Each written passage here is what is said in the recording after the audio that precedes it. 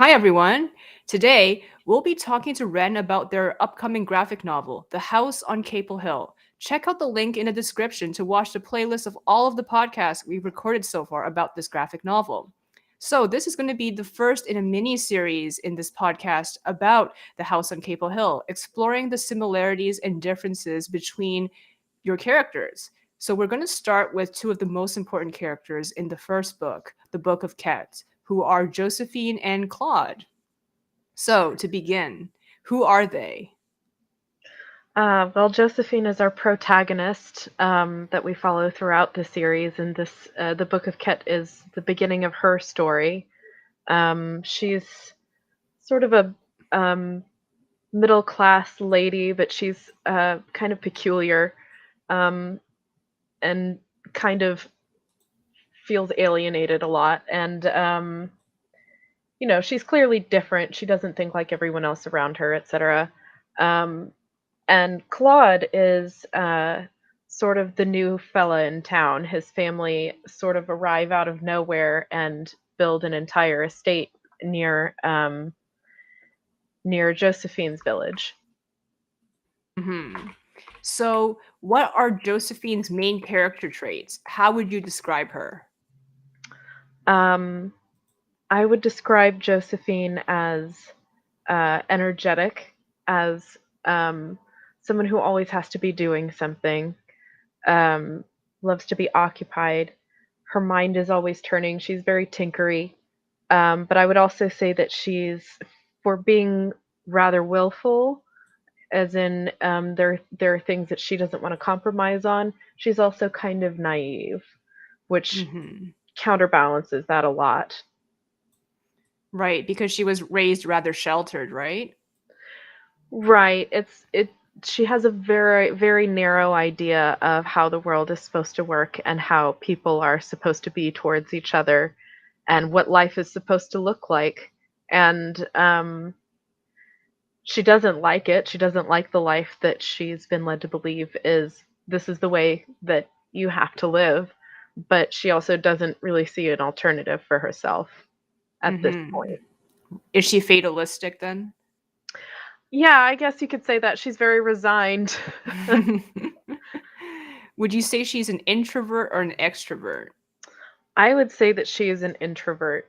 Um, she doesn't really understand how to get along with people in the way that she's expected to, in the part of society she's supposed to mesh in well with.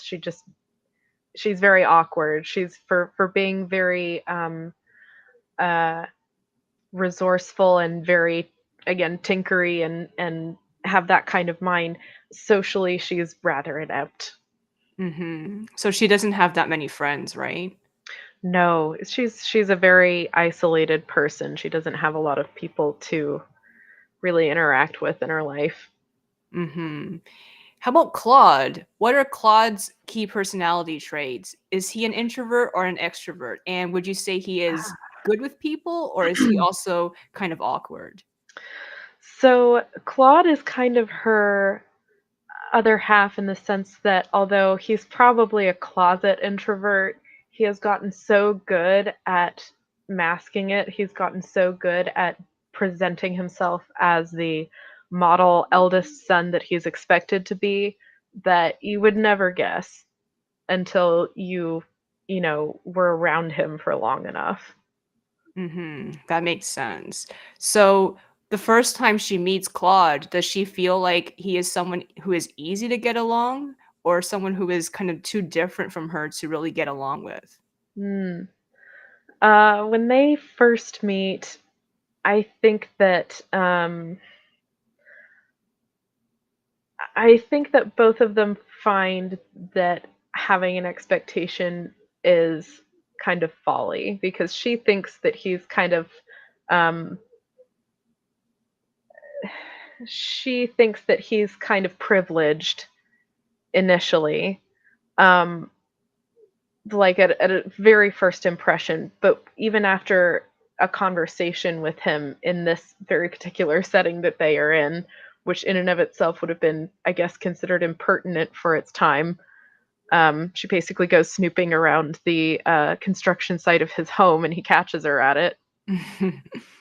It's not out of malice. She's just like, "Oh, this looks interesting. I want to know what's going on." And he's like, "Oh, do you now?"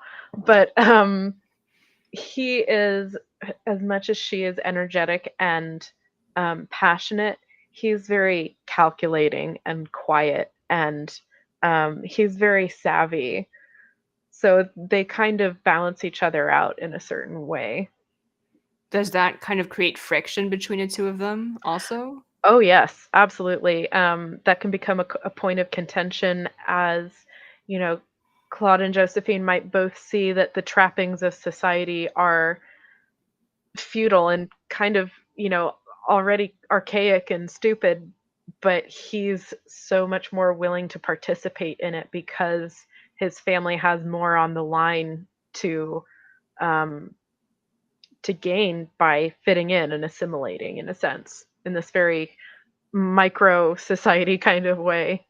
That makes sense. So he's also more connected to people around him, even his family, while Josephine is not really that connected to her family because she's not thinking about doing things for them necessarily, right? Um, she does it, it's not her instinct to do things for them. I'll put it that way. She does it because she's told to and because she knows she will be um, you know, whatever, lectured or made to stay in her rooms or, whatever. She'll be something if she doesn't comply. And as much as she thinks the expectations of her family are unreasonable, she plays along as much as she can get away with Mhm. because she's just tired of fighting. Mhm. Are her parents and her family very judgmental? Yes. Yes. Her parents and her eldest sister in particular, who is the oldest of her siblings, with two brothers in between, they are very judgmental. And I think for the eldest sister, having the same realizations that Josephine does, that certain things are expected of her, and as a woman in their society, that she's not going to have a lot of rights, is depressing. But if she had to deal with it, so should Josephine, is kind of her perspective. So yeah, Mhm. she's not terribly connected to her family, no. That makes sense. So that's another reason why she feels very cut off from everyone. Yeah, she feels like nobody's willing to meet her at um meet her in the middle, or try to see things her way. And I mean, judging by the society she lives in, she has a lot of reason not to think that, and she's not wrong. Mhm. So how do Claude and Josephine interact? When do they get along the best and when do they argue the most? So, I I get the feeling that they would probably get along best when left to their own devices for the most part. Um, in the sense that while while Claude is more socially graceful, Josephine finds it exhausting to the point that there has to be some level of communication and compromise. Um, and on the other end of that spectrum, Josephine is very adventurous. She's a little bit of a naturalist. So she's, sort of getting into things that she shouldn't be, fern collecting and all that. And while Claude finds it fascinating, he doesn't have the energy for it. He's kind of a sickly person. Mhm. Right. So ironically that makes him more introverted in that sense. Exactly. So he is sort of a hothouse flower, whereas Josephine is a bit more of a wildflower in that, he gets along well as long as he's within this certain construct that is built just for him to survive in, whereas she doesn't want to be held in at all. Right. And I think that ties into what you said a couple of podcasts ago where you said that Claude's kind of static, right? He is pretty static. We don't get to see him change really, um, just in the way that events fold out. we're kind of left to fill in a lot of guesses about what his life is and was like until more pieces of the story get picked up. Mm-hmm. So, what traits does Josephine like the most about Claude? What does she dislike the most about him? Um, Josephine would definitely appreciate how conscientious Claude is. He's very thoughtful. He's always noticing things, and it's kind of a people-pleasing trauma mechanism, if you will. But he's very conscientious, and he's always noticing things. So she appreciates that about him because, oh my gosh, for her it would be feel so nice to be thought about for once. He's the first person to really try and look at life through her eyes. And but she loves his compassion, but he to her he's very aloof. He's he kind of to her he seems like he has a bit of a superiority complex, and his willingness to participate in masking and fitting in is frustrating for her because she's like, you see it's pointless, why don't we just not bother with it since both of us agree on this? But he has a different set of circumstances that are compelling him to um, want to fit in more. Mm-hmm. That makes sense. How about in their private lives? Does Claude also feel aloof to her when they are talking privately? Um, I would say that he can, on account of his family's mysterious origins. It's kind of going to be hinted a lot that they don't really talk about it. They don't seem to want to talk about it. Um, why they came to this particular place, who they really were, where they came from. Like they don't really want to talk about it. And in that sense, he can seem very aloof. Like, am I that much lower than you that you're not even going to bother telling me about your life? Like, to her, it's infuriating, but he does have his reasons. Mm-hmm. What traits does Claude like the most about Josephine? What traits does he dislike the most about her? Um, Claude loves Josephine's passion. He loves how deeply interested she is in all of the strange things that she's interested in.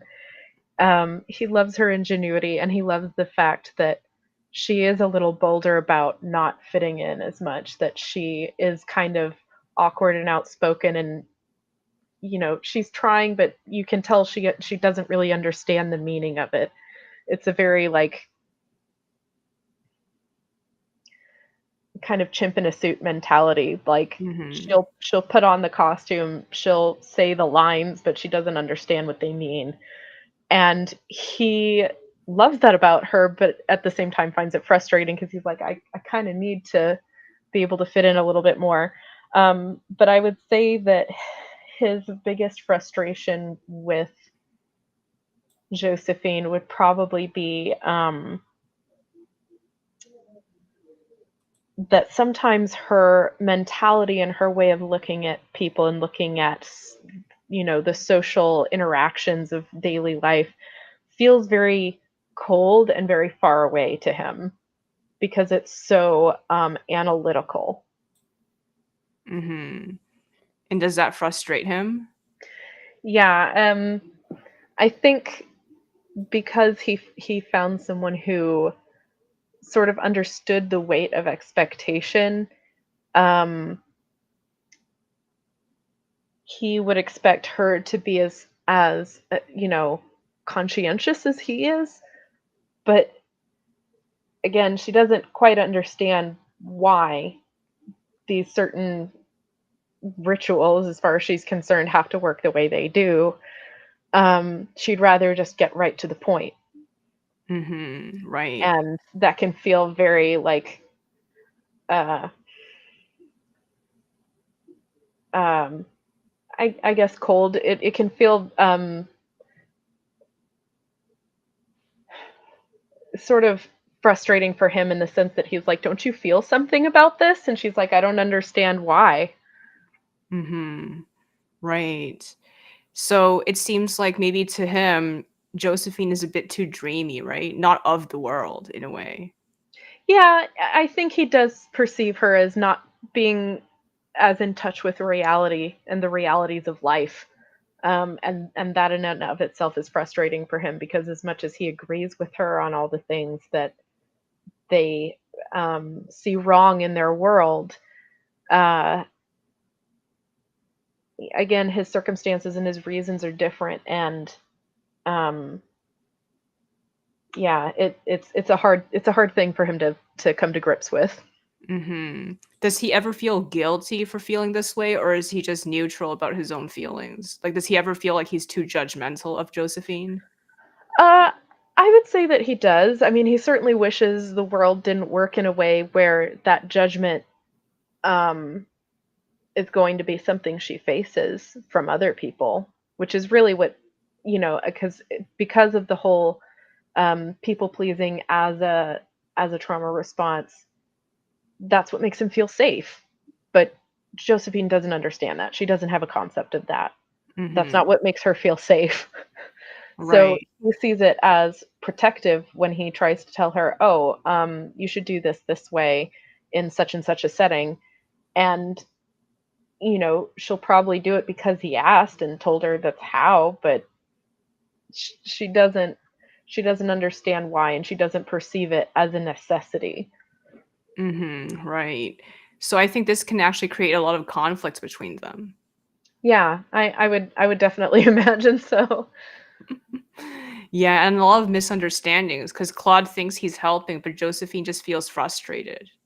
Yeah, in a sense, she can feel like he's chaining her down in a different way, but at the same time, their um, their situation is such that they both kind of said expectations suck, but we both have to face them, and at least we can face them together as people who agree about what's right or wrong about this. Mhm. Is Claude basically the closest friend that Josephine has had up to that point of her life? Oh, that is a good question. Probably. I don't imagine her being very popular with the children growing up. Um, no, she definitely she got along with her brothers, but she didn't really get along with other children her age, and she wasn't really allowed to play with the other boys if there were social events. She was always kind of stuck on the girls' side, and she never got along with any of them. Mhm. So yeah, I would say that he probably is the closest of any kind of relationship she's gotten to have. Which is why she doesn't really know how to verbalize whether she likes or dislikes certain aspects of him, right? Because she doesn't have a lot of Exactly. comparison. Exactly. She can't put a name to what frustrates her. She can't communicate what is irking her about a situation or a behavior because she hasn't been given that vocabulary. Mhm. And that's what the rest of the series is about, right?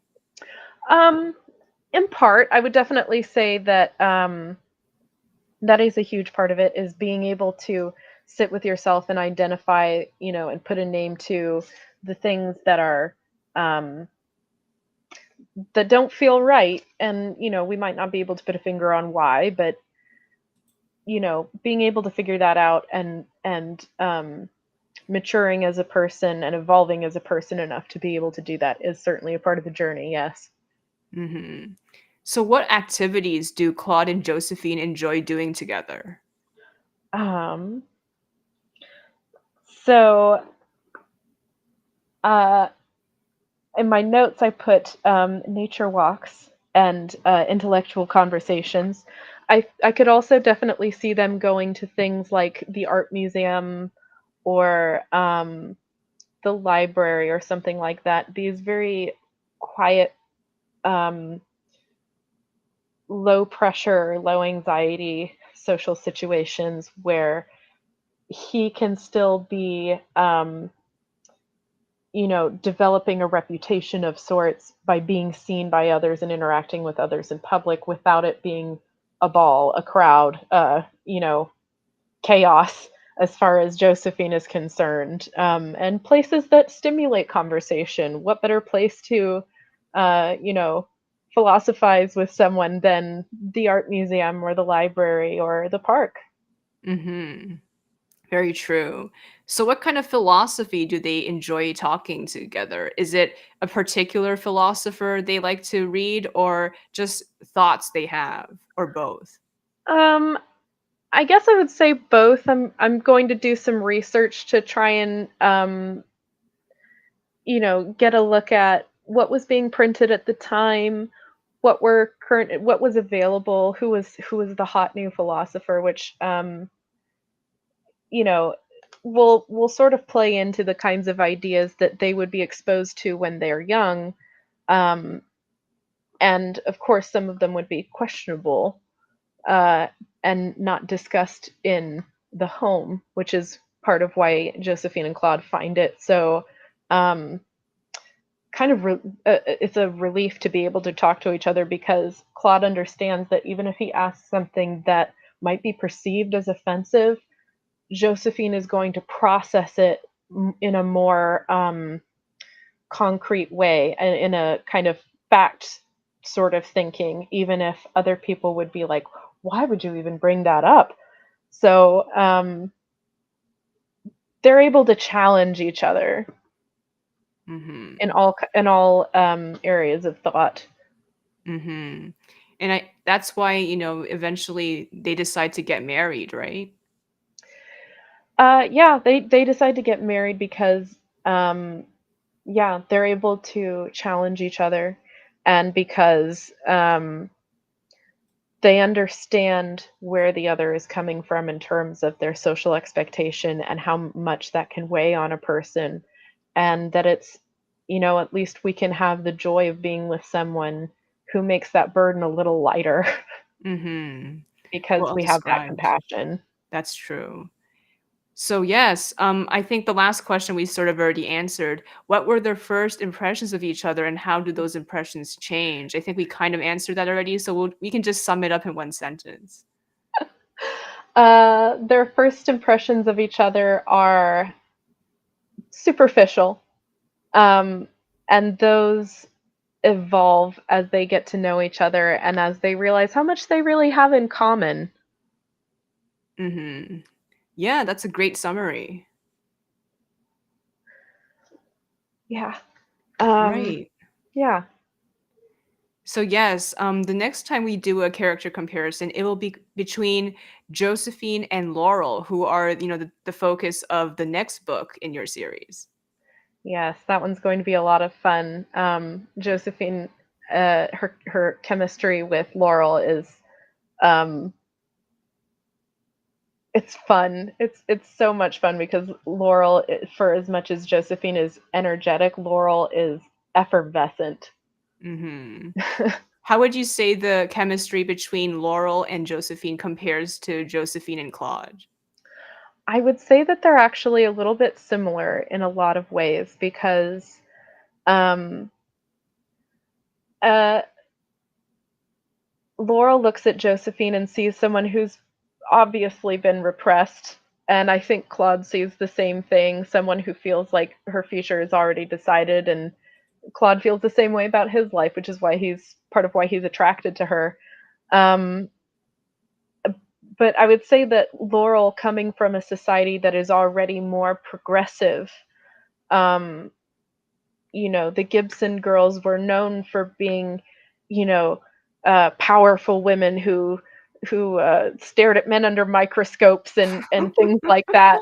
So um, Laurel is definitely coming from a more liberating angle, but she does also compliment Josephine socially and sort of with the joie de vivre, uh, but definitely dialed up more than Claude does. Yeah, because Claude in his own way is kind of restrictive too. He is kind of restrictive, and I think that's part of the realization that Josephine has along her journey is that she does get to choose what ending she gets, whether she wants more freedom or she wants to trade some of that freedom for an affection that she knows will be hers. And that's its own judgment to be weighed. That's true. It is, yes. And I think Claude, in his own way, is kind of, gently authoritarian. That is a very good description. Yes, I would definitely call it that. So even though it looks like he is giving her more freedom because he questions so many things, a lot of the way he acts, and what he says kind of pushes her to just conform with society even more, right? Yes, in a sense that he's asking her to continue masking. He's asking her even to elaborate on the mask because it's just taking it more and more irreversible steps forward in a sense. Whereas Laurel offers Josephine a liberty that doesn't rely on anybody else. Mhm. Is Laurel the first character that we encounter who tells Josephine to take off the mask? Yes, yes, she is. She's kind of that person, and I think again because she's in such a progressive society where she says, "You know what? You're quirky. Own it." And and kind of helps Josephine try to reclaim herself as an individual. Mhm. That's gonna be very fascinating to explore, and, this will be a very big contrast to Claude, so I can't wait to find out more about that in the next episode. I can't wait. It'll be All great. right. Thank you so much. Thank you. Bye.